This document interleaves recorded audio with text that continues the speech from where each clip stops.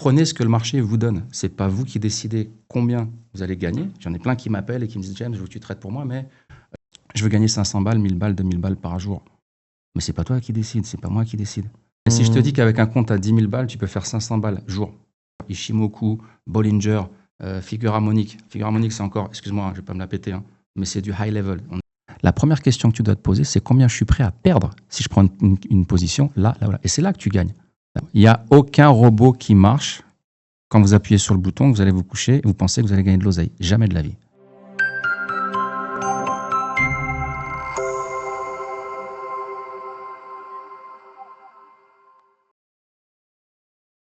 Ah oui, bon, alors du coup, la question que je te posais, c'est depuis combien de temps tu habites en Suisse? Alors, depuis combien de temps? Officiellement, ça fait 5 ans. Non officiellement, ça fait 15 ans parce que je voyageais beaucoup dans les pays de l'Est. Okay. Russie, Ukraine, Kazakhstan, Géorgie, etc. J'avais du business là-bas. Et donc, je voyageais beaucoup. Donc, je faisais des allers-retours entre ces pays-là et puis la France. J'avais aussi, avec ma femme, on avait aussi des choses ici à Paris. Donc, je logeais ici à Paris et puis je faisais des allers-retours. Ok. Voilà. Donc, ouais, environ 5 ans. Et pourquoi est-ce que tu es allé en Suisse?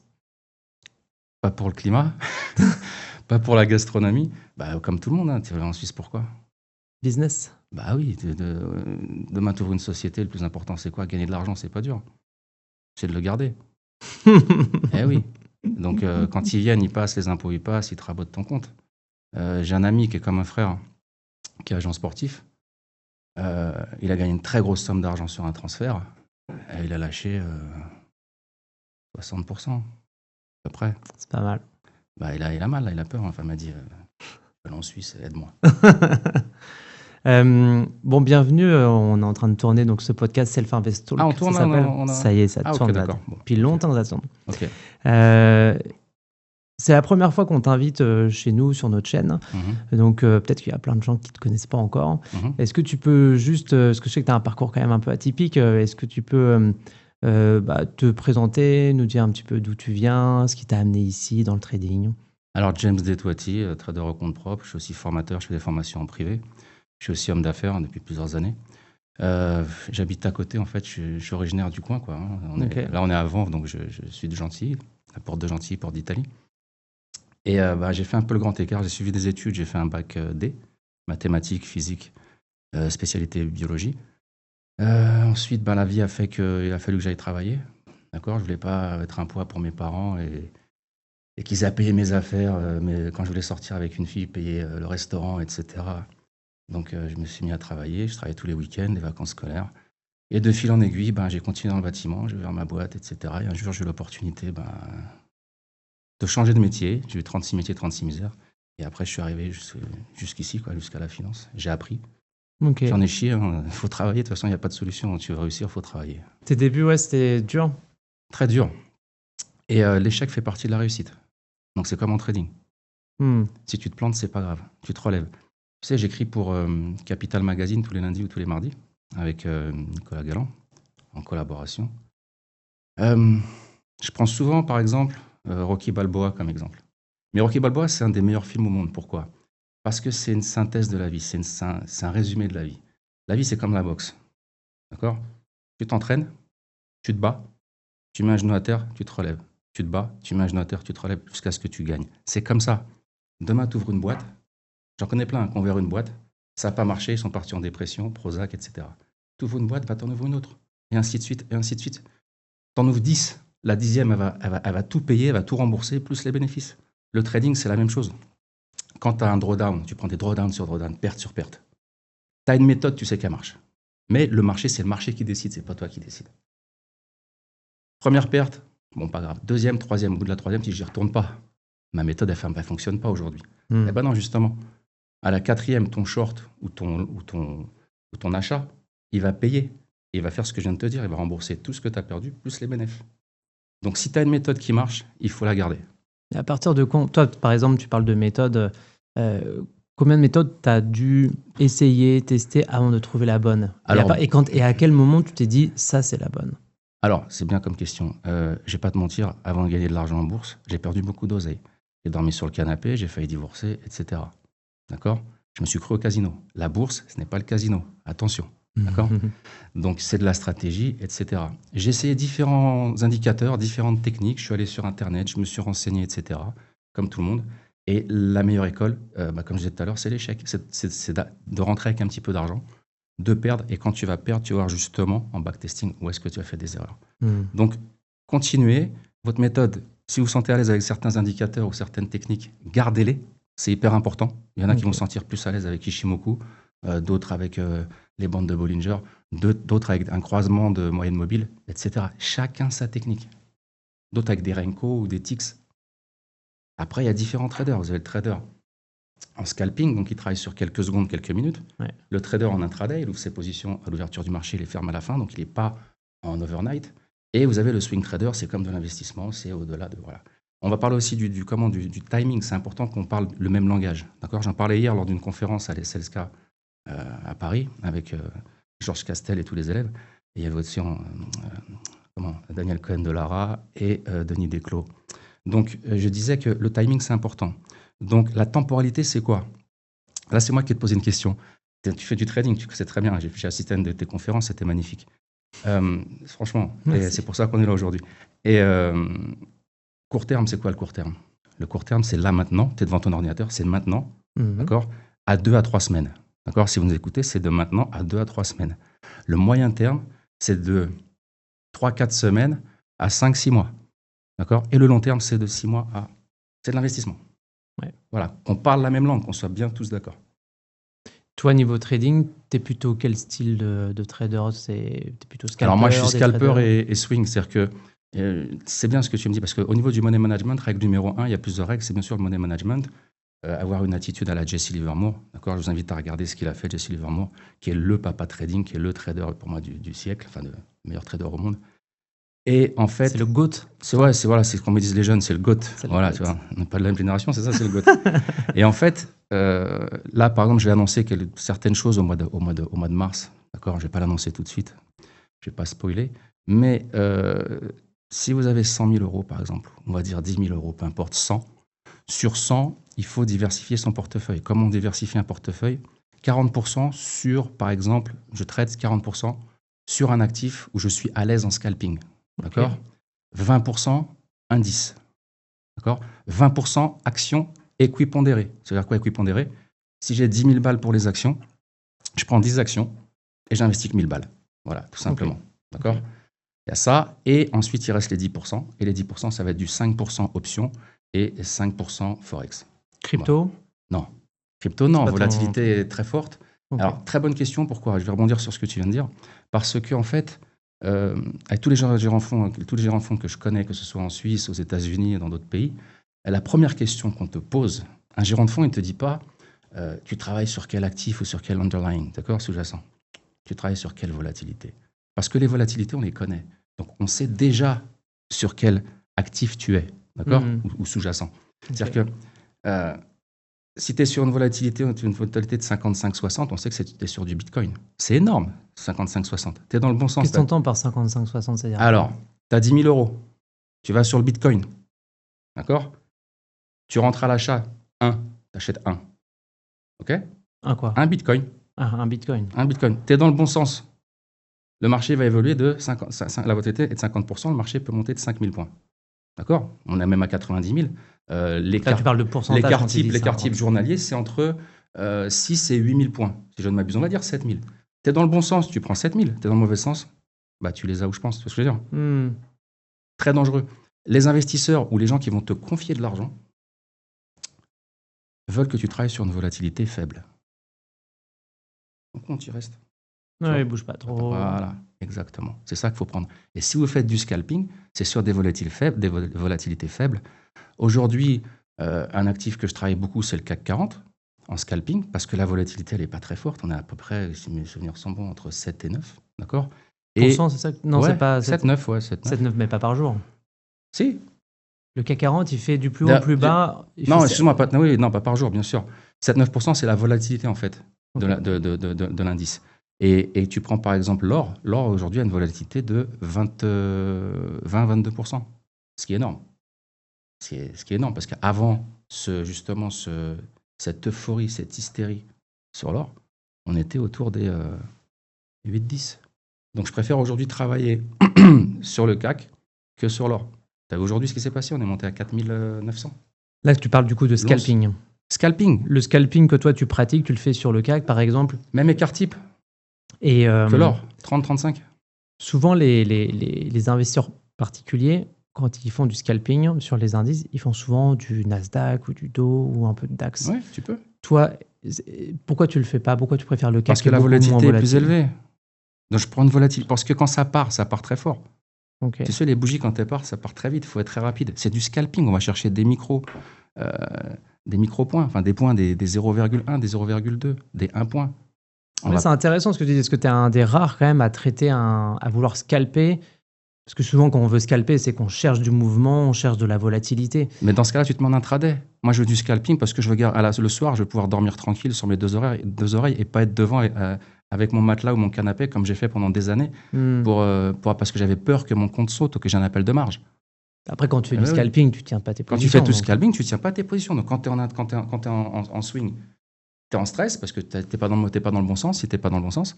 Et quand tu es en scalping, tu fermes, tu fais ce que tu veux. Là, je suis en scalping. Là, je suis là avec toi parce que je suis en scalping. Mes comptes sont fermés, tout est fermé. Et je peux être avec toi, je ne suis pas en stress. À regarder mon téléphone toutes les 5 minutes. Donc, le CAC, c'est le 40% dont tu parlais juste avant, sur 10 000 euros par exemple.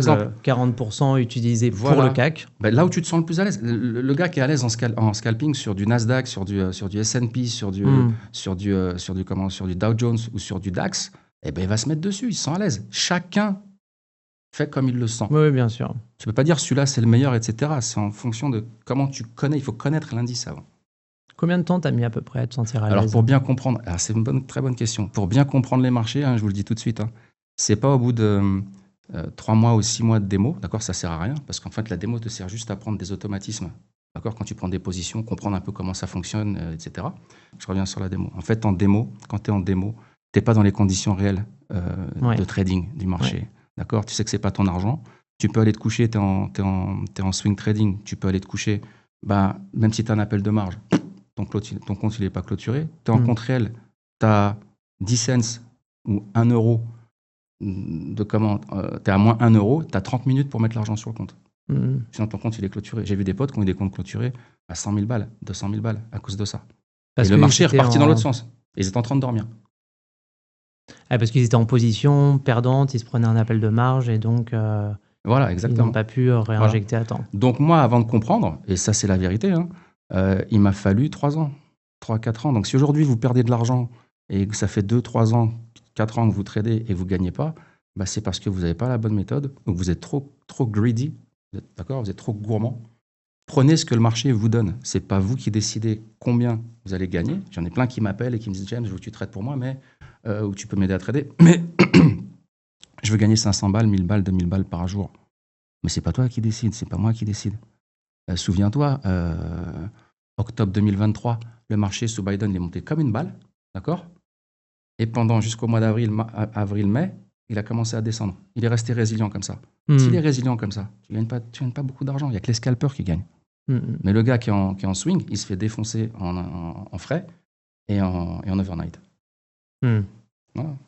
Et tu dis dans les moments où c'est pas très volatile, le scalper quand même arrive à faire de l'argent. Ah donc, oui. Ça veut dire que quelqu'un qui arrive avec un objectif de faire par exemple 2000 € par mois en faisant du scalping, c'est quand même possible. Mais si je te dis qu'avec un compte à 10 000 balles, tu peux faire 500 balles jour. Oui, non, mais ça, évidemment, tout est possible. Ou 500 balles. Ou 500 balles, ça te fait quand même 5%. C'est énorme. Il y en a, ils les font pas. Ils les font pas. Il y a des traders, ils les font pas. Anyway, juste pour dire, c'est pardon.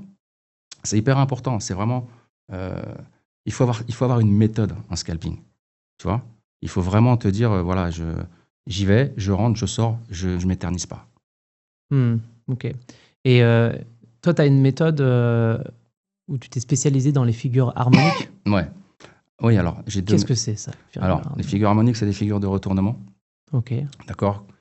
Qui ont été créées il y a plusieurs années par Mr. Gartley. D'accord. Donc tout part du Gartley qui se transforme, qui peut évoluer ensuite en butterfly, en bat, en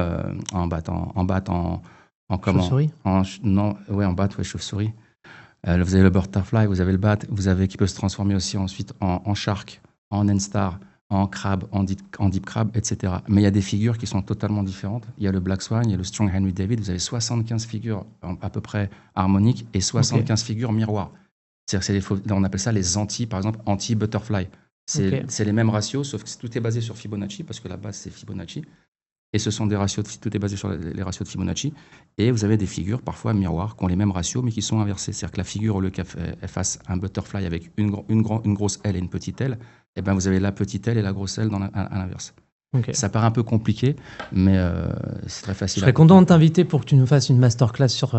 j'ai fait une conférence comme ça, j'en fais plusieurs sur ça, c'est déjà prêt. Tu me dis, tout est déjà prêt, il n'y a aucun souci. C'est des figures de retournement, et je suis spécialisé dans les figures de retournement. Il y en a une autre qui est très connue qui s'appelle la vague de Wolfe, Wolfe, W-O-L-F-E, Brian Wolfe, qui est aux États-Unis. Et je suis spécialisé là-dessus. Je me suis spécialisé quand j'étais justement... vice-président d'une association qui s'appelle SAMT, la Swiss Association of Market Technicians, qui est l'AFAT en fait en Suisse, qui existe depuis 1989 ou 86, qui est une branche de l'IFTA, International Federation of Technical Analysts, blablabla. Et en fait, je me suis spécialisé là-dedans, j'ai beaucoup publié. Après, avec le président, on s'est dit, il m'avait créé, on avait lancé un nom, Mr. Wolfwave.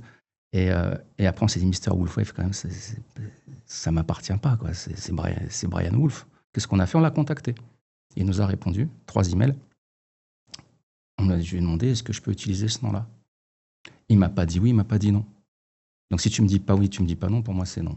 Parce que si demain, avec ce nom-là, je fais quelque chose, je perce ou peu importe quoi, demain... royalty. Tu connais les Américains. Oui. Donc, on a réfléchi. Et déjà, à Zurich, on m'appelait Wolfie, Wolf, the Wolf of Zurich. On m'appelait comme ça. Donc, j'ai pris The Wolf of Zurich. On a créé un personnage avec la casquette, le machin et tout, avec mon style à moi. J'ai mon style à moi parce que tout à l'heure, tu m'as dit que tu es venu avec le style. C'est pas juste pour le podcast. Le style quoi. British. Non, c'est mon style. C'est ton style au quotidien. Je sors comme ça. Je vais à un rendez-vous, je suis habillé comme ça. Je vais à un rendez-vous. Quand tu vas à un rendez-vous, voilà, maintenant, on va parler de la vie. Je te parle comme si tu étais mon fils. Je sais pas. T'as quel âge? 38. Ouais, tu pourrais être mon fils. Ouais, presque. Ouais, jeune, si, quoi. Quand même. 52, 38, si, ça le fait. 52 ans? Ouais, bientôt. Donc, un truc très simple. Si demain, tu te pointes ou vous partez à un rendez-vous, vous soyez un homme ou une femme, et que c'est la première fois, vous arrivez à votre prime. Vous arrivez classe, au top. D'accord? Avec une cravate. Je te ramènerai une cravate la prochaine fois. J'en ai offert aussi à pas mal de traders. C'est important aussi, la cravate. J'ai fait un article aussi là-dessus. Et comment? Et tu arrives au top, pourquoi? Parce que, comme on dit en anglais, you will never have a second chance, okay, to make a first impression. Okay? Donc, tu n'auras jamais une seconde chance de faire une bonne impression, une première impression. D'accord? Donc, parce que moi, si j'ai quelqu'un devant moi qui vient casual devant moi, c'est psychologique, hein? Il vient casual devant moi. Bah, même si demain tu viens casual devant moi, même si demain tu viens avec une Ferrari, la Rolex, costard cravate, super bien sapé, j'aurai à l'esprit la première fois où je t'ai vu. Okay. Tu viens classe, costard cravate, ou tailleur pour femme, tailleur, tout ce que tu veux, etc. Classe. Le lendemain, tu peux venir casual, il n'y a aucun problème. On va se souvenir de toi, toujours élégant, classe, même si le lendemain, tu viens cheap. Okay. Ça, c'est un truc, c'est un type, mais c'est vraiment important. Et les gens, tu sais, c'est des codes, c'est important. C'est comme ça, toi, que tu as réussi à... Parce que tu es quand même relativement connu maintenant. Tu es invité dans plein d'endroits, plein d'événements. Mais c'est gentil, mais je me rends même pas compte. Il y a des gens dans la rue, ils me reconnaissent. Je dis franchement, ils me demandent des selfies, des trucs comme ça. Je m'en rends même pas compte. Je publie des fois des photos sur LinkedIn. J'ai un compte LinkedIn aussi qui a pas mal monté en un an à 16 000 ou 17 000, c'est pas mal. Et je fais des photos comme ça, j'y vais au feeling, je me publie un peu de tout, tu vois, du contenu. Quand je publie du contenu vraiment éducatif, pertinent, où je donne des super targets, des forecasts, tu vois, des prévisions magnifiques, etc. 2000 impressions. Je mets un ticket de caisse où j'ai payé 3 croissants, 3 pains au chocolat, une baguette à 36 balles. Et j'ai 120 000 impressions. tu vois le truc? Donc, je ne suis pas là-dessus, parce que moi, pour ça, ça ne me fait pas gagner ma vie. Je m'en fous, tu vois ce que je veux dire? Mais c'est bien pour l'image, c'est bien pour la visibility, tu vois. Mais le reste, j'aime la communication, j'aime communiquer. C'est pour ça que je suis là avec toi. J'ai bien aimé ce que tu as fait, ta présentation elle était super. Et tu as bien expliqué les choses. À la fin, il y a un quiz et tout. J'aime beaucoup ça. Tu as une très bonne méthode pour les présentations. Ah, la présentation à la FAT. Ouais, on s'ennuie pas. Parce qu'il y en a plein qui se font chier et qui ont ensuite envie de partir, quoi. Ah bah après, c'est sûr que ça passionne pas tout le monde. Mais la notoriété, je m'en fous. C'est pas ça qui me fait gagner ma vie. Quand je publie des photos sur LinkedIn, par exemple, je fais une photo, je viens de me faire une crêpe au sarrasin, là, que je peux acheter qu'en France, avec des œufs et du fromage et un skyr. Et je fais une photo avec, tu vois, mes ordinateurs, tu vois, mon écran, et je mets la vraie vie du trader. C'est ça. Vous croyez quoi? Qu'on est en Rolex et en Ferrari toute la journée en train de faire ça avec les gonzesses et tout? Jamais de la vie. C'est pas ça, les vrais traders. Ils sont hyper low profile, hyper discrets, surtout ceux qui gagnent de l'argent. C'est ceux qui gagnent pas d'argent qu'on voit leur gueule, qui parlent beaucoup, qu'on entend, et qu'on voit beaucoup à la télé. C'est tout. Mais ils gagnent pas d'oseille. Je vais pas te balancer des noms, mais voilà. Ils sont tous là, machin, mais ils gagnent pas d'oseille. Moi, je viens du bâtiment, je vais te dire un truc, et ça, vraiment, il faut que je te le dise. Et je le dis à tous. On critique, il y en a qui me critiquaient, qui m'appellent encore le carreleur, etc. Mais tu sais, j'ai posé du carrelage, j'ai du marbre, j'ai fait des peintures. J'ai travaillé avec les Portugais, j'ai travaillé avec toutes les ethnies, d'accord? Moi, j'ai mes potes portugais. Ils posent du carrelage le samedi et le dimanche. Ou moi, je peux le faire, hein, je le fais aussi. Hein. À la journée, je peux te poser 100 mètres carrés, d'accord, en carrelage, d'accord? Quand c'est une section 30-30 ou 40-40, peu importe. 100 mètres carrés, je facture entre 30 et 50 euros du mètre carré. Je travaille à la tâche. Je prends un grouillot qui va faire les joints, qui va faire les coupes, etc. Ben, j'ai gagné combien quand tu fais le calcul? Il gagne entre 3 et 5 000 par week-end. Tu vas à l'église à Gentilly, à tous les Portugais, c'est le salon de l'automobile. D'accord? Ils gagnent plus d'argent que certains traders qui se la racontent. Et que tu vois tous les jours à la téloche. Ou que tu vois sur des machins. Tout ça, c'est du bullshit. Pourquoi tu as fait du trading? J'ai fait du trading parce que c'est une bonne question. J'avais une société d'intérim avec mon frère. Et j'ai mon assistant qui me dit, qui était sur le Bitcoin à l'époque. Puis ouais, il me dit, le Bitcoin, il est à 3003 et tout. Je me dis, c'est quoi ça? Il me dit, ouais, il est pas cher et tout. Mais ok, j'en avais acheté un petit peu et tout. Et puis il m'a dit, James, si tu te mets là-dedans, il m'a dit, tu vas cartonner, quoi. Puis après, je suis parti, j'ai laissé mon frère. Et puis je me suis mis un petit peu là-dedans, comme ça, tu vois. J'y suis allé comme ça, j'avais un peu de thune. Puis j'ai laissé de la thune, quoi. Et j'ai appris, c'est en laissant de la thune, en perdant de l'argent que tu apprends. J'aurais beau te dire, et j'en ai parlé hier aux élèves, j'aurais beau dire aux élèves, que ce soit privé, aux élèves dans les écoles, faites pas comme ci, faites pas comme ça. Tu sais, c'est comme le papa qui dit à ses enfants, machin, mais papa, c'est un vieux con, machin. Mais au final, quand tu grandis et que tu as des enfants, tu te rends compte que c'est ton père et ta mère qui avaient raison, d'accord? Tu auras beau leur dire, fais pas comme ça, fais pas attention, machin, ils vont se croire plus malins que toi, ils vont faire l'inverse, et ils vont se planter. Et il n'y a qu'avec l'échec qu'ils comprendront. Donc, je vous souhaite à tous de vous planter plusieurs fois afin de comprendre. C'est la meilleure école. L'échec. Et quelqu'un qui veut se lancer dans le trading, qui a un petit peu peur quand même, je le comprends, de cramer tous ses comptes, c'est quoi les conseils que tu lui donnes pour se lancer? Alors, déjà, d'avoir fait déjà de la démo, de connaître un petit peu certaines techniques de trading. Je ne parle pas de connaître tous les oscillateurs. J'ai plein de mecs qui ont des oscillateurs. Ils ont MACD, RSI, ROC, stochastique. Ça ne te sert à rien. Il t'en faut 2 maxi. D'accord? Okay. Et tes indicateurs préférés, 2-3 sur le graphique. Parce qu'en fait, n'oubliez pas que ce qu'on traite, c'est le prix. D'accord? Donc, regardez toujours quand on traite, c'est prix, volume et position ouverte. Ce qui est important, c'est ça. Donc, n'oubliez pas le prix. Si vous avez trop de choses sur votre graphique, c'est bobourg. Vous ne voyez plus les bougies. D'accord? Donc, ce que je leur conseille, c'est d'abord de se familiariser avec ça, avec une méthode. S'ils se sentent à l'aise avec une certaine méthode ou un certain indicateur, Ishimoku, Bollinger, figure harmonique. Figure harmonique, c'est encore, excuse-moi, je ne vais pas me la péter, hein, mais c'est du high level. C'est pas la même chose. C'est pas juste des lignes de trend, d'accord? Ou des choses qui sont déjà codées, épaule, tête, épaule, etc. Non, c'est pas ça. C'est autre chose. Mais chacun voit et utilise la méthode qu'il préfère. Voilà. Une fois que tu sais que ta méthode, elle fonctionne en démo, bah, tu mets un petit peu d'argent, tu commences avec 1000 balles, 2000 balles. Tu rentres à 0,5 ou à 0,2 ou à 0,1 sur un indice, par exemple. Tu vois? Et tu t'entraînes et tu commences petit à petit. Par contre, attention. Et j'ai des traders qui ont commencé il y a à peu près 3-4 ans et qui perdaient pas d'argent tout le temps. Ouais, je perds pas. Ils ont pris la confiance. Aujourd'hui, ils perdent beaucoup d'argent. Donc faites attention. Le marché vous rappellera toujours à l'ordre. Si vous prenez trop la confiance, vous êtes mort. Restez humble. Il faut rester humble, low profile. J'en ai parlé hier.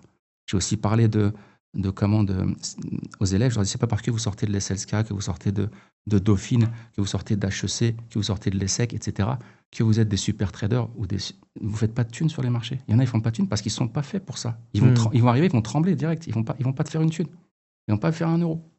Ils vont tout perdre, ils vont paniquer. Trader, c'est pas pour tout le monde. Hein. Trader isole. Si tu restes tout le temps devant tes graphiques et que tu es en swing, tu es isolé. Pensez à passer du temps avec vos proches, avec votre famille, faites du sport, etc. Parce que la vraie richesse, c'est ça. La vraie richesse, d'accord, c'est quand tu as ton papa, quand tu as ta maman, quand tu as tes frères et sœurs ou quand tu as un enfant. Elle est là, ta richesse. C'est ça, être riche. D'accord ? Et c'est maintenant qu'il faut appeler tes parents, c'est maintenant qu'il faut leur dire que tu les aimes, pas quand ils sont partis. T'es jeune encore, mais c'est ça. La vraie richesse, c'est ça. C'est l'amour inconditionnel.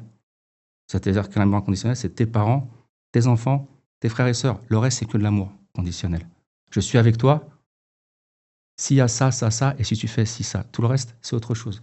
La vraie richesse, c'est la famille. Moi, je suis très famille, c'est peut-être parce que je suis méditerranéen, mais c'est ça. La première richesse, c'est ça. Ta santé et ta famille. Le reste qu'on fait là, le trading, c'est du bonus. Et tu trades quoi ? Tu trades avec l'argent dont tu n'as pas besoin. Pas l'argent du foyer. C'est important, ça. Mais tu trades avec l'argent dont tu n'as pas besoin. Pas l'argent du foyer. Ni pour le lait ou les couches du bébé. Ou pour l'assurance. Ou pour ci ou ça.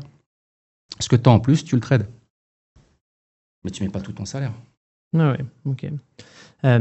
En parlant de richesse, j'avais envie de parler avec toi d'un sujet d'actualité, les profs-firmes. Ah, vas-y. Ok. Bon, déjà, qu'est-ce que tu en penses ? Est-ce que si les profs-firmes avaient existé à tes débuts, est-ce que tu penses que ton destin aurait été différent, plus heureux ? Non, parce que c'est pratiquement la même chose. Je vais t'expliquer pourquoi. Il y a 2 types de profs-firmes. Les profs-firmes, donc, c'est autorisé. D'accord ? Et en fait, tu as des profs-firmes en France, en Suisse, en Europe. Je vais parler de la France et de la Suisse. C'est 2 réglementations différentes. France, c'est l'AMF. Suisse, FINMA. D'accord ? Demain, tu peux ouvrir, toi ou moi, on peut ouvrir comme ça un propre firme. D'accord ? On te fait passer des évaluations, on te dit le drawdown, c'est ça, maximum. Ton take profit, il faut que tu le mettes avant. D'accord ? On te met plein de restrictions. D'accord ? On te dit c'est comme ça, etc. Donc, c'est très compliqué. Okay. Et tu es limité dans le temps aussi. D'accord ? Tu dois fermer à la clôture, etc. Une fois que tu as passé, on va dire, la première évaluation, tu passes ta première évaluation, tu as payé 500 ou tu as payé 1500 balles. Tu penses que tu es en France, hein, tu penses que tu es sur un compte où on t'a mis 200 000 balles. Ah, j'ai 200 000, c'est 200 000. Tu as ouvert ton propre prime, c'est 200 000 de Raph. Raph, il m'a filé 200 000. Non, et tu n'as pas filé 200 000. Il t'a encore remis sur un compte démo. Tu vois ? Alors qu'en Suisse, c'est réglementé différent. C'est beaucoup plus strict. En Suisse, tu ouvres un propre firme, d'accord ? C'est minimum 100 000 à 500 000. Et avec ces 100 000, 500 000, c'est capital. C'est-à-dire que c'est capital de trading pour les clients. C'est-à-dire que si tu as 10 clients et que tu as 500 000, bah, tu peux ouvrir que 10 comptes à 50 000. C'est pas comme en France. En France, tu n'as pas d'argent, eh ben, tu balances des comptes démo. Et tu payes que s'ils gagnent. Tu vois pas le truc ? Ouais, je vois bien le truc. Donc, en France, on va dire, c'est plus... J'aime pas employer ce mot-là, mais... C'est plus des margoulins, tu vois ce que je veux dire ? Enfin, je vais pas dire de l'arnaque, mais c'est plus des margoulins, tu vois, et voilà. Et en Suisse, c'est beaucoup plus strict. Donc, c'est beaucoup plus réglementé. Donc, si vous voulez vous lancer dans les propres firmes et avoir des sociétés qui vous payent, il faut faire ça en Suisse. Mais en tant que résident suisse ? Mais tu peux le faire, non. Tu peux ouvrir un compte, je pense, propre firme en Suisse, même si tu n'es pas résident suisse. Parce que ce que tu dis, pour moi, j'ai pas l'impression que ce soit lié au pays où tu... Parce que les profs-firmes dont tu parles, c'est plein de profs-firmes américaines qui sont toutes enregistrées dans les zones offshore. Je sais pas comment c'est aux États-Unis, mais Non, mais c'est pas ça. C'est que les profs-firmes françaises, je sais pas si on existe énormément, peut-être qu'il en existe une, mais dans tous les cas, c'est des entreprises qui sont enregistrées et qui sont jamais enregistrées en France. Oui, mais ce que je veux dire, ni en Europe d'ailleurs. Ce que je veux dire dans mon raisonnement, c'est que en fait, les propres-firmes, quand tu passes l'évaluation, la première étape, ils te mettent à ta disposition un compte démo. Ouais, il n'y a pas de 200 000 balles. Ouais. Voilà. Donc, tu peux ouvrir 100, 200, 300 comptes. Oui, voilà. Mais tu penses que toi, Moi, j'ouvre une boîte demain de prop firme, d'accord? Et j'ai pas d'oseille, j'ai juste ouvert à 100 000, par exemple, capital 100 000. Je te balance du compte démo, je te balance du compte, je paye que les comptes qui gagnent. Et tu sais combien de comptes qui gagnent? Il y a 4 à 5% de gagnants. 80, tout le reste, 95-96%, c'est dans ma poche. À coût de 500 balles ou 1500 balles de test d'évaluation, de challenge. Donc, c'est de l'arnaque et c'est pas de l'arnaque. Si les gens sont assez cons pour aller sur ces trucs-là, allez-y. Moi, j'y vais pas. Parce que tu me files un compte démo, ça m'intéresse pas. Ouais. Non. C'est quand même assez particulier. Après, les gens ils disent c'est de l'arnaque. J'ai pas vraiment d'avis là-dessus, mais c'est pas un truc sur lequel j'irai. Je préfère trader avec mon argent. Au moins, je sais que je suis payé. Parce qu'ils te payent pas. Hein. Des fois, ils te payent pas. Et quand ils te payent pas, j'en connais. J'en connais qui me contactent sur LinkedIn. J'ai des listes de messages tous les jours. Ils me disent je suis pas payé. Ils m'ont pas payé la propre firme. Je pense que c'est à partir de là on peut commencer à dire que c'est une arnaque parce que du coup elles ne vont pas dans leurs, vont pas au bout de leur et en plus promesses. Ils font 80-20 en général et ils te disent tu peux retirer que tant par jour ou tant par machin ou tant par semaine. Comment ça? J'ai gagné. Mais paye-moi, comme ils disent à Marseille. Mais paye-moi. Mais c'est la vérité. T'es comment? Tu fais des bénéfices, tu as gagné de l'argent, paye-moi. C'est tout. Mais ils peuvent pas. Pourquoi? Parce qu'ils sont en train de courir pour aller chercher l'argent et trouver l'argent que tu as gagné. Parce qu'ils l'ont pas. Et moi, je vois un peu ça dans ma tête. C'est un peu imagé, mais c'est un peu ça. C'est vrai que c'est très compliqué. D'ailleurs, je pense que je me mets à la place des profs firmes. Je pense que c'est un modèle économique qui est un peu compliqué parce que tu dépends des nouveaux arrivants qui payent des challenges. Et avec ce qu'ils payent, ça va te permettre de payer les gens qui gagnent. C'est un Ponzi. Ça ressemble un peu à un Ponzi quand tu me parles comme ça. C'est vrai que ça en a tout l'air. Je pense pas que je suis pas sûr que ce le soit, mais c'est juste que si tu ne veux pas faire faillite quand tu es une prof firme, tu as intérêt à avoir suffisamment de gens qui ont payé pour que si tu en as qui gagnent et que tu dois aller jusqu'au bout et leur payer, il faut que... Parce que les gens, ils payent des 100 € et tout ça en moyenne. C'est que dalle, mais si tu gagnes 5000 balles de l'autre côté. Et toi, si tu fais des 500 par personne et tout, même si c'est 1%, 2%, ça peut piquer. C'est pour ça qu'il y en a qui ne te payent pas et que ça devient après de l'arnaque. Ça devient comme un Ponzi. Voilà.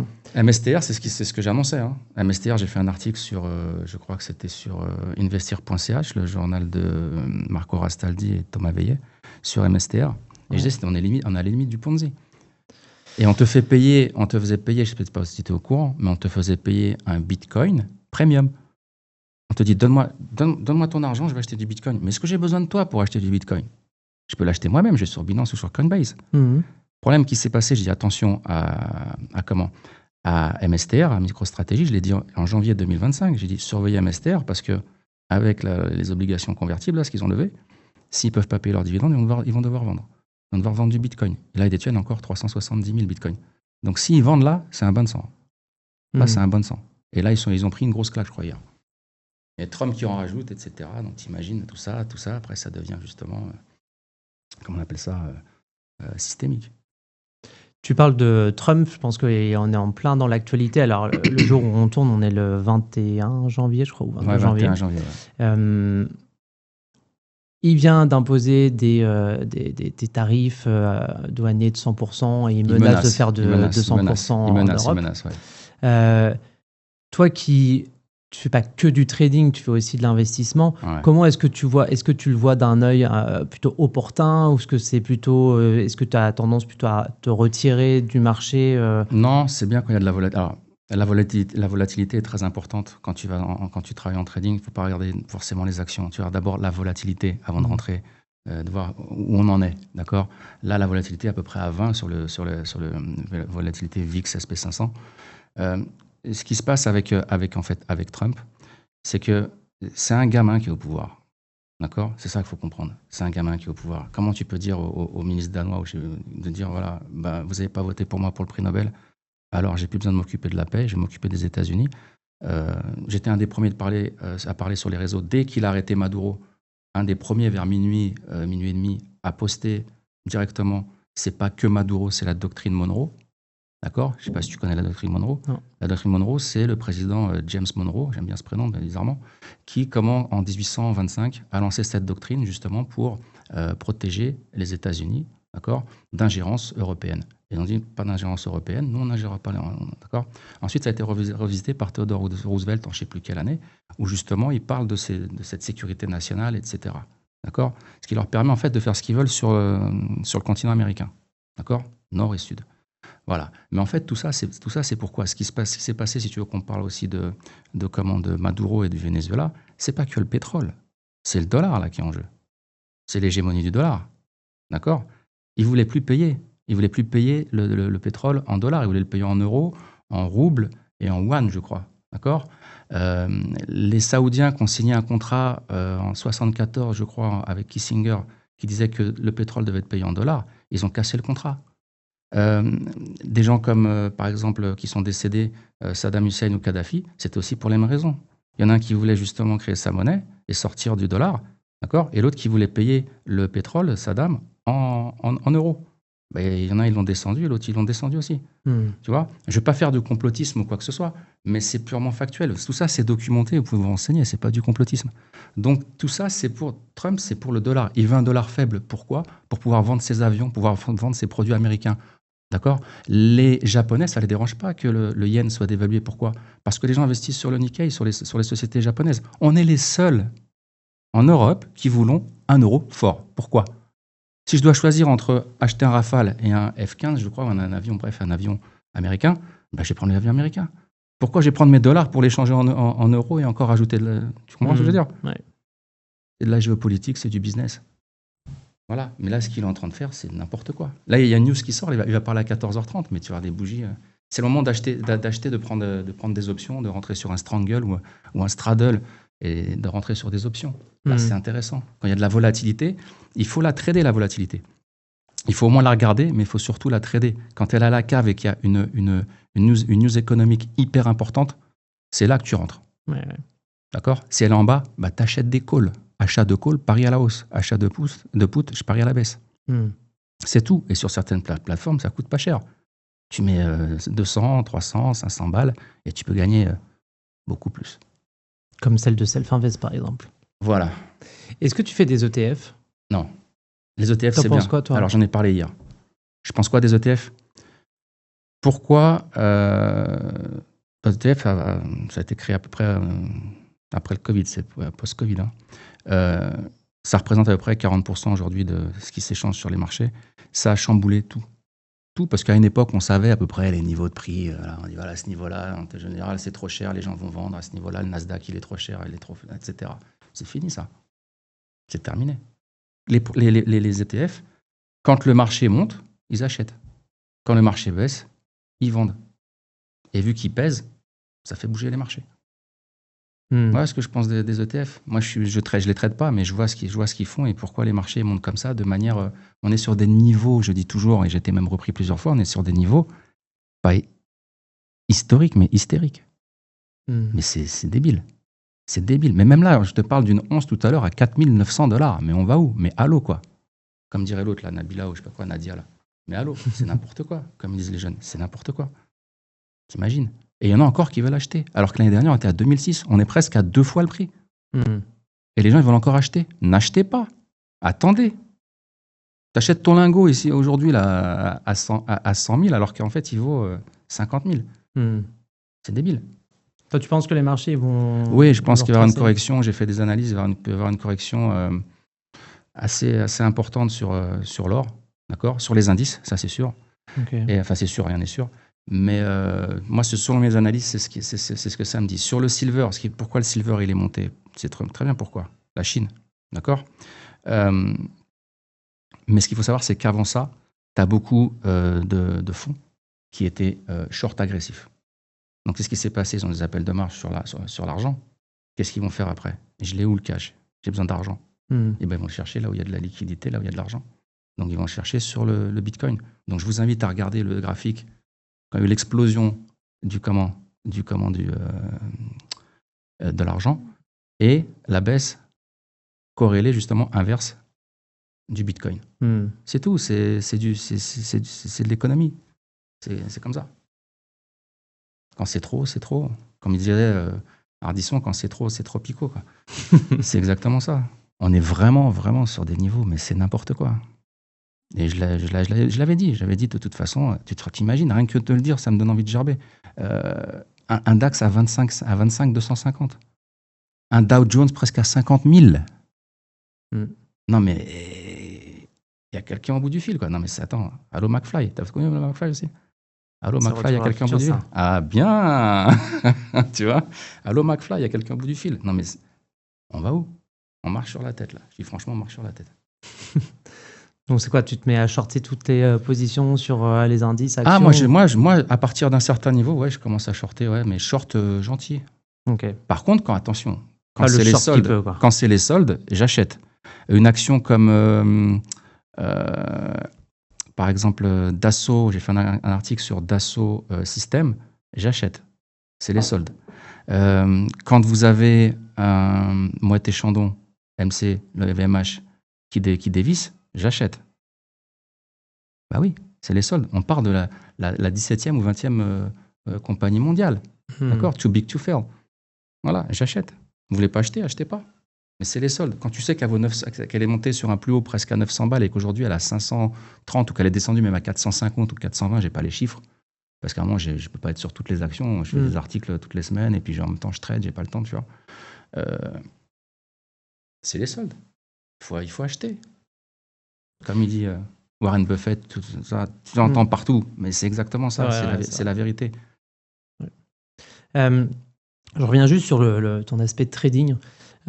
J'ai quelques questions, on va dire, un peu techniques, parce que les gens veulent récupérer un peu de conseils concrets sur leur manière de trader. D'accord. Toi qui fais du scalping, ça tombe bien, parce que beaucoup d'investisseurs, en fait, quand même, chez nous, beaucoup de traders font du scalping.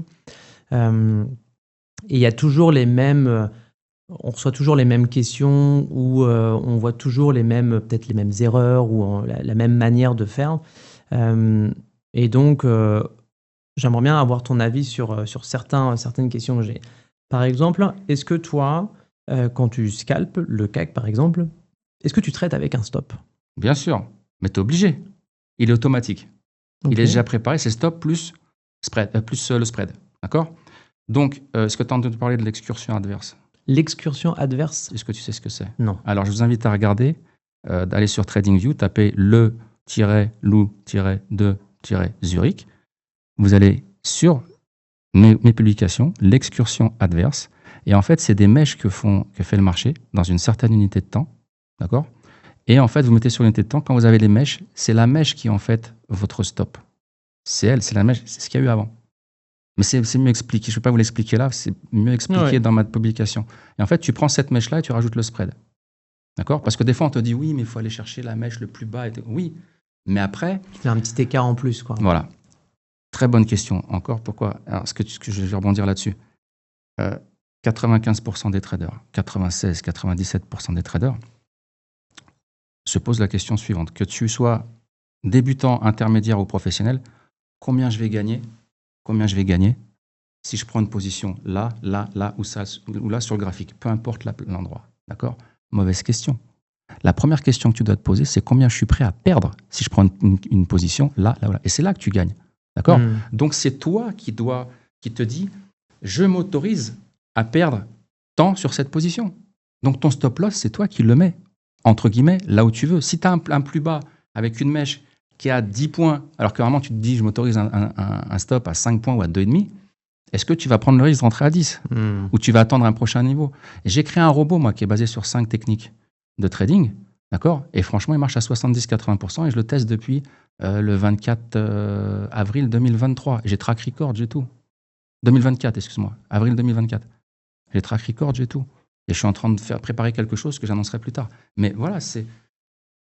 Et quand il me dit, et je te promets, hein, j'ai testé et je teste, j'ai testé avec les réflexes d'un trader ou d'un analyste technique, les mauvais réflexes, le robot, il me dit vente, bah, je vais dire non, je vais acheter parce que il y a ça, il y a cet indicateur. Tu mets un indicateur, il ne faut pas mettre... Avec mon robot, tu ne mets pas d'indicateur, il te dit t'achètes, achat, t'achètes, vente, tu vends. Et c'est lui qui a raison, plus que moi. Donc, quand vous avez une méthode de trading et que on vous dit d'acheter ou de vendre, vous achetez, vous vendez. Il ne faut pas réfléchir. On peut parler aussi, si tu veux, de Médaillon, ça dit quelque chose, Médaillon? Médaillon Capital, tu connais? Non. Médaillon, c'est un des plus gros hedge funds, c'est un des plus gros fonds au monde, d'accord? Oui. Qui a été créé par Jimmy Simons, qui était un mathématicien, d'accord? Il n'embauchait que des mathématiciens, ok? Tu sais comment il a fait à la bulle .com, là, en 2000-2001? Je crois qu'il a fait, j'ai publié hier, il a fait 120%, un truc comme ça, d'accord? Crise des subprimes, il a fait 158%. Il a commencé avec 20 millions d'euros. En 30 ans, il a fait de 1988, je crois, à 2018. Ça fait 30 ans, c'est ça? Si mes calculs sont bons. Il est passé de 20 millions à 10 milliards. Et au début, il prenait 5% de frais d'entrée, d'accord? Et 20% de performance fees. Quand il a commencé... c'est pas la performance qui l'a amené à 10 milliards, c'est qu'il a fait de la levée de fonds, c'est qu'il a fait de la performance. Mais il a fait ses preuves. Tu verras, si on peut publier le tableau pendant la vidéo, je t'enverrai le tableau. C'est pas un compte qui est passé de 20 millions à 10 milliards, c'est ça? Oui, mais c'est en 30 ans, parce qu'il a fait ses preuves. Les gens après ont investi de l'argent. Il a fait ses preuves. Mais c'est le compte aussi. Mais quand tu passes, le compte aussi est là où mais quand tu passes, tu as un compte, tu as 100 millions et en un an, tu fais 120 millions, eh ben, tu as 120 millions en plus sur ton compte. Oui, tout à fait. Tu vois ce que je veux dire? Ouais. Donc, c'est doublé. Et tu verras, à chaque fois, c'est bam, bam, bam. Je peux t'envoyer, si tu veux, le tableau et tu pourras le mettre sur ta vidéo. Ok, ouais. Mais tu vois, c'est bluffant. Et quand je te dis c'est bluffant, c'est bluffant. Et ne pensez pas que parce que vous sortez d'une grande école, vous allez gagner du pognon, comme je t'ai dit, en bourse. Il y a des mecs qui n'ont jamais de diplôme universitaire, qui ne sont pas allés à l'école. Jesse Livermore, il a commencé avec $5 en poche. Il est parti de chez lui, il avait $5 en poche. Il a commencé au tableau des cotations. Il a inventé les pivots, le momentum, la psychologie en bourse et plein d'autres choses. Il a fait plusieurs fortunes, il a fait des banqueroutes. D'accord? Et en 1907, il a plumé JP Morgan, enfin la bourse. Il a pris, je crois, 3-4 millions une journée. Indexé aujourd'hui, c'est 30-40 millions. Tu vois ce que je veux dire? Voilà, vous prenez aussi le patron de chez Interactive Broker, qui a créé aussi les premiers algorithmes pour le trading. Vous prenez aussi, comment il s'appelle? Je ne retrouve plus son nom. Bref, et il a aussi créé une méthode où il a prouvé qu'en fait, en prenant des novices et en leur donnant une méthode, en étant très discipliné, les turtles, voilà, très discipliné, tu pouvais faire de l'argent. C'est la discipline. Moi, je parle souvent du DOD. J'en ai parlé lors d'un podcast avec Société Générale. Le DOD, c'est quoi? C'est discipline, organisation, détermination. C'est la détermination qui vous fera gagner. Mais il faut être discipliné et organisé. Mais si tu es déter, comme disent les jeunes, tu gagneras. C'est la résilience. C'est tout. Comme je te dis, c'est Rocky. Le combat, il n'est pas terminé tant que tu n'es pas au fond du trou. C'est tout. Et comme a dit aussi un monsieur très connu, il a dit... le succès, c'est, je crois, c'est de perdre tout en justement continuant. D'accord? C'était Winston Churchill. Voilà, l'échec, c'est échec après échec. Ok. Donc le trading, c'est pas fait pour tout le monde. T'as les épaules pour le faire. Si tu veux gagner en trading, je dis toujours à mes amis, vous voulez gagner en trading? Ouais. Il te faut de l'oseille. Il te faut de l'argent, c'est tout. Mais tu rentres pas avec 100%. Vous avez un capital, vous avez de l'argent, vous rentrez avec 20%. Vous pouvez vous la jouer en mode casino, avec 20%. Après, tu n'es pas dans le mauvais sens, appel de marge, tu mets de la thune et t'attends. Et low profile. Et tu récupères ton argent plus bénéfice. C'est tout. Mais il faut des sous pour gagner. Et ne pensez pas qu'avec 2000... J'ai des gens qui me contactent. J'ai 2005, mais dans 6 mois, j'aurai 100 000. Je dis, OK, mais tu as un héritage ou quoi? Non, je vais les faire avec ma méthode de trading que j'ai payé 200 balles sur Internet. Il n'y a pas de méthode à 200 balles sur Internet. Moi, je vends une méthode de trading privé. Je te prends en coaching privé et je te balance 3 techniques, 3 méthodes. Je te dis pas, je te fais pas des cours sur 20 heures de vidéo sur un stochastique, c'est quoi la MACD, c'est quoi les bandes de Bollinger. On s'en fout de ça. Tu veux savoir quoi? Tu veux savoir quand rentrer à l'achat, quand rentrer à la vente et quand fermer ta position et gagner. C'est tout, c'est ça que tu veux. Le reste, on s'en fout. Donc, je te prends n'importe lequel, je te fais les turtles numéro 2, là, comme les tortues ninja numéro 2, et je te dis, voilà, vous faites comme ça, c'est tout. 3 méthodes. Et c'est grâce à ça, quand j'ai lancé un client qui était un élève, qui est devenu un ami, qui est devenu un partenaire, j'ai balancé une méthode, et puis le mec, il me balance un algo. Après, il me dit, tiens, j'ai commencé à lancer un truc, là, qu'est-ce que tu en penses? J'ai fait un petit robot sur cette méthode-là. J'ai dit, bon, écoute, dans ce cas-là, rajoute ça. On a travaillé pendant des mois, et maintenant, c'est au top. Ça tombe bien parce que je voulais parler de robots dans ce dernier sujet. Ah, vas-y. Donc, toi, tu as créé ton propre robot. Est-ce que tu peux nous en parler un peu? Non. Alors, c'est top secret, mais c'est basé sur 5 techniques de trading. Il y a aussi, bien sûr, des indicateurs. Et en fait, tu regardes, c'est quand les 5 sont alignés, d'accord, il y a des points en dessous ton graphique, en dessous de tes bougies. Il y a des points. Si les 5 points sont verts, je rentre à l'achat. Si 4 points sont verts, je rentre à l'achat. Si 3 points sont verts, je ne rentre pas. Okay. Et inversement à la vente. Okay. Par contre, je vais dire un truc au niveau des robots. Il n'y a aucun robot qui marche quand vous appuyez sur le bouton, vous allez vous coucher et vous pensez que vous allez gagner de l'oseille. Jamais de la vie. Jamais, c'est faux. D'accord ?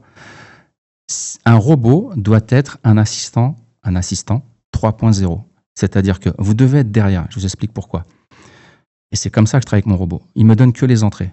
La sortie, c'est moi qui la gère. Pourquoi ? Parce que tu connais un peu l'analyse technique. Vous avez un croisement de moyenne mobile en bas, donc il y a un signal d'achat. Impulsion haussière. En scalping, ça va très vite. Vous êtes en 1 minute ou en 30 secondes. Bam, bam, bam. 3 bougies ou une bougie, 10 points, 5 à 10 points sur le gold ou sur le CAC. C'est énorme, c'est beaucoup. Sachant que la variation journalière, c'est 30-35 points. D'accord ? Ou la variation et l'écart type, je veux dire. Qu'est-ce que vous faites ? Tu clôtures. Un robot, qu'est-ce qu'il va faire ? Il va attendre un signal inverse de moyenne mobile, d'accord ? Qui va être très proche du premier signal, d'accord, d'achat ou de vente, peu importe. Et en fait, il va se retrouver à 0,5 points ou à 1 point du signal de départ. Ou à moins 0,5 ou moins 1 point du signal de départ. N'oubliez pas qu'on est en scalping. D'accord ? Tu n'as pas le temps de réfléchir. Ça va hyper vite. D'accord ? Tu n'as pas le temps de réfléchir. Tu n'as pas le temps d'avoir 50 ou 5 ou 3 indicateurs sur ton graphique. Donc, c'est mieux de le coder et d'avoir un signal. Donc, c'est un assistant 3 points. Le robot ne clôturera pas au niveau où tu vas encaisser. D'accord ? Et là, tu dis, merde, il y avait 10 ou 15 points à prendre et finalement, le robot, il a clôturé, j'ai perdu 2 points ou 1 point. Ou j'ai gagné qu'1 point. Quand tu es derrière, c'est mieux. Donc, tu es derrière, tu rentres, tu fermes quand tu veux. Quand tu vois 3, 4, 5 points, tu fermes. Même quand tu vois 1 point, tu fermes. Même quand tu vois 0,5, tu fermes. Parce que tu es à 100 balles, tu es à 1000 balles du point. Tu vois, ce n'est pas des petits comptes. Ou c'est même un compte à 10 000, tu peux rentrer à 100 balles ou à 50 balles du point. Non, pas 100 balles, non, tu rentres à 10 balles ou 20 balles du point sur le CAC. 10 balles, c'est bien. En fait, moi, à chaque fois, je fais 10 000, 100 000. Et ben en fait, j'enlève les 3 zéros et c'est avec ça que je rentre du point. Tu me suis ? Voilà. Mais un robot où tu appuies sur le bouton et qui marche et qui te fait défiler les trucs, je vois plein de mecs sur les réseaux, machin et tout. Il me fait rire, hein. Il est super connu. Il a le nom d'un mec qui a construit pas mal de digues en France, même à Saint-Jean-de-Luz, etc. Et même à Essaouira, des espèces de digues très connues à l'époque, pour justement empêcher les bateaux de venir. Je ne vais pas citer son nom, mais il y a plein de gens qui le connaissent, ou il va peut-être se reconnaître. Il est un peu... comment on appelle ça ? Il est très théâtral. Et j'aime beaucoup le regarder parce que des fois, j'aime bien rire. Mais il connaît pas mal de choses et il a pas mal de dossiers. Et je lui ai proposé un jour d'ailleurs faire une vidéo avec lui parce que je trouvais qu'il était un peu sulfureux. J'aime bien les gens un peu sulfureux qui sortent du moule, quoi. Même si ça plaît pas à certains qui aiment bien justement être à leur truc, être tranquille et dans leur zone de confort. Et lui, il aime bien les bousculer. Moi, j'aime bien ça aussi. Mais voilà. Donc lui, il avait un robot. Il faisait défiler son robot, mais j'y crois pas. Pour moi, j'y crois pas à ces trucs-là où tu appuies sur un bouton, ton robot il fait de la thune. C'est faux. On l'a fait. Attends, on l'a fait. Je te dis franchement, ça a marché. Ça a marché pendant 8 mois. Si je te dis combien on a fait, tu ne me croiras pas. Mais je te montrerai le track record. Je ne le publierai pas parce que c'est privé, mais je te le montrerai. Et c'est bluffant. Et au bout de 8 mois Au bout de 8 mois, on a fait... j'ai mis Léo là parce que je suis arrivé. J'ai dit, mais t'es fou, t'es rentré à trop cher. On avait mis 100 000 balles et il rentrait à 500 balles du point. J'ai dit, non, c'est 100. Donc la performance, tu la divises par 5. Et on faisait du 30% par mois. Par mois. Tu vois ? Pour ça, être celle-là, bon bref. Attends, mais sur ce robot, en quelques mois, tu faisais à peu près 30% par mois. Et toi, tu l'as arrêté parce que tu trouvais ça... Parce qu'il y a un risque. Parce qu'il y avait... C'était risqué. C'était risqué. J'ai commencé à voir certaines pertes, des gros drawdowns sur les trucs, et on a laissé le robot tourner. J'ai dit, regarde là, le drawdown, là. Alors qu'on était gagnant. C'est ce que je viens de t'expliquer. Okay. On était gagnant, il y avait une impulsion haussière, et on a perdu de l'argent. J'ai dit, il faut arrêter. On commence à avoir plus de drawdown que machin, on commence à perdre de l'argent de ce qu'on a gagné. Okay, ouais. Donc il faut Alors, un robot aussi, il faut qu'il y ait une maintenance. Il faut que tu viennes régulièrement vérifier que c'est ça, voilà. Et si tu veux, on peut aussi parler de l'analyse technique face à l'analyse fondamentale. C'est quoi le mieux? C'est qui les meilleurs? C'est tout le temps ça. On se tire tous la bourre. Moi, je suis meilleur que toi, je suis machin. Je suis chez machin, je passe souvent à la télé. Je ne cite pas de nom, mais je l'ai dit, on en parlera plus tard en off. Et je suis meilleur analyste technique et je suis meilleur analyste Quelle part, toi, tu mets dans le fondamental? Quelle part tu mets? C'est quoi? C'est 50-50, 20-80? C'est 60-70-30. Je mets 30-40% sur le fondamental. Parce qu'en fait, ce qu'il faut que tu comprennes, on peut dire que c'est du 50-50, mais je vais plus aller sur l'analyse technique parce que je suis analyste technique. Mais plus je vais dans le temps, plus je regarde les news et la macro à mort. D'accord? Pourquoi? Parce qu'en fait, dans ton graphique, d'accord, est déjà intégré la news qu'il va y avoir aujourd'hui ou qu'il y a eu quelques mois ou qu'il y a eu, tu comprends ce que je veux dire? Les baisses des taux, les machins, etc. Tout est intégré déjà. Et ce qu'il faut comprendre, et écoutez bien ce que je vous dis, c'est hyper important. Ce n'est pas l'indicateur qui fait le prix, c'est le prix qui fait l'indicateur. D'accord? Donc quand vous regardez un indicateur, vous êtes déjà en retard sur le prix. Et pour une news, c'est pareil, la news est intégrée dans l'indicateur. Sur ta moyenne mobile, ta news elle est intégrée. Dans le prix, quoi. Et donc bien sûr, dans le prix, dans l'indicateur. Quand tu as une moyenne mobile qui est comme ça, et d'un coup, il y a Trump qui met un tweet, et là, elle fait ça ou elle fait ça, bah, la news, elle est dedans. Ouais. Voilà. C'est tout. J'ai fait des choses simples. Je parle simple parce que je ne sais pas quelle est l'audience qu'on a et les auditeurs, quel niveau ils ont en technique ou en machin. Mais voilà, j'essaie d'expliquer avec des mots simples la bourse. Comme si je parlais à ma fille de 14 ans. Quand elle me dit, papa, c'est quoi un short? Alors devant ses copines, je dis, un short, c'est quoi? Bon, imagine Raphaël, distributeur de pommes de terre, et moi je vends des pommes de terre et je vais les vendre à vous. Vous me les achetez à 1 euro, mais Raphaël me les vend à 20 cents ou à 10 cents. Donc je fais un beau coefficient. D'accord. Demain, l'inflation arrive. Je retourne chez Raphaël. Je lui dis, voilà, j'ai besoin de chercher tes pommes de terre voilà, pour les vendre à ma fille, à ses copines. Ouais, c'est combien le prix? Ah, c'est 1 euro aujourd'hui. Je dis, mais je peux pas parce que ma fille et ses copines les achètent qu'à 1 euro, donc je ne peux pas les vendre. Donc qu'est-ce que je fais? Ou j'attends que le prix baisse, et dans ce cas-là, je ne bouffe pas, mon frigo il est vide, ou alors je short, je vends, je parie sur la baisse. Et ça s'appelle un short. Simple. Simple. La bourse, c'est ça. La bourse, on est des traders. Trader, c'est-à-dire quoi? C'est-à-dire commerçant. OK? T'achètes au plus bas, tu vends au plus haut. Quand tu es sur un sommet, tu n'achètes pas un sommet, en général. Quand tu es sur... Alors, écoutez-moi bien tous, parce que quand vous êtes sur une résistance et que vous shortez, et que le marché il monte quand même, vous avez eu le bon geste. Systématisation du comportement du trader. D'accord? Vous êtes sur un support, vous achetez, vous avez eu le bon geste. Mais le marché, il n'est pas allé dans votre sens. C'est tout. Ça arrive. Mais pas marcher tout mécaniquement, techniquement, c'est ce qu'il fallait faire. Voilà, c'est tout. C'est des comportements qu'il faut avoir. T'achètes les creux, tu vends les sommets. Je suis désolé. 25 250, 49 500 sur le Dow, 25 250 sur le DAX, et j'en passe. Mais bien sûr que je short. On va conclure cette interview. Est-ce que tu peux me dire le meilleur conseil que tu as reçu dans ta vie de niveau trading, hein, j'entends? Ah, en trader. Le meilleur conseil que j'ai reçu? Ou le meilleur conseil que tu aurais aimé qu'on te donne? Alors, je ne vais pas citer son nom parce qu'il est un peu fâché en ce moment, je ne sais pas pourquoi, mais c'est un mec que j'aime beaucoup. Après, c'est l'ego, tu sais. J'ai fait une vidéo sur l'ego qui a cartonné. Il faut la regarder sur Woods Academy. C'est l'ego qui tue tout. Laissez l'ego au placard et c'est pas ça qui paiera vos factures. Meilleur conseil, c'est ce que je t'ai dit tout à l'heure, c'est que faites attention de ne pas prendre trop la confiance parce que le marché vous rappellera à l'ordre promptement. D'accord? Restez, voilà. Et gardez, ça c'est moi qui vais vous le dire, soyez discipliné comme un robot, comme un soldat. Vous prenez un gamin de 10 ans, vous lui dites vous achetez là, vous vendez là, il fera plus d'argent que vous parce qu'il est en mode gamer, il n'a pas cette notion qu'on a avec l'argent. Tu vois? Donc restez discipliné.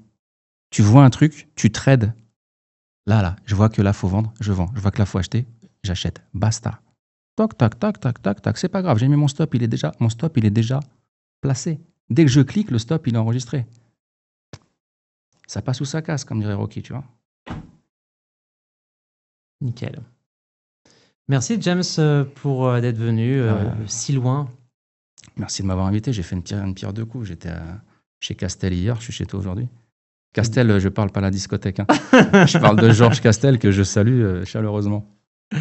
Ok, bon bah écoute, bonne continuation dans tes projets. Et puis je sais que tu vas nous annoncer quelque chose prochainement, donc on a hâte de voir. Si tu m'invites, j'en parlerai. Ouais, avec plaisir. Et puis si tu fais une conférence, tu tiens-moi au courant et puis peut-être qu'on pourra faire un truc ensemble.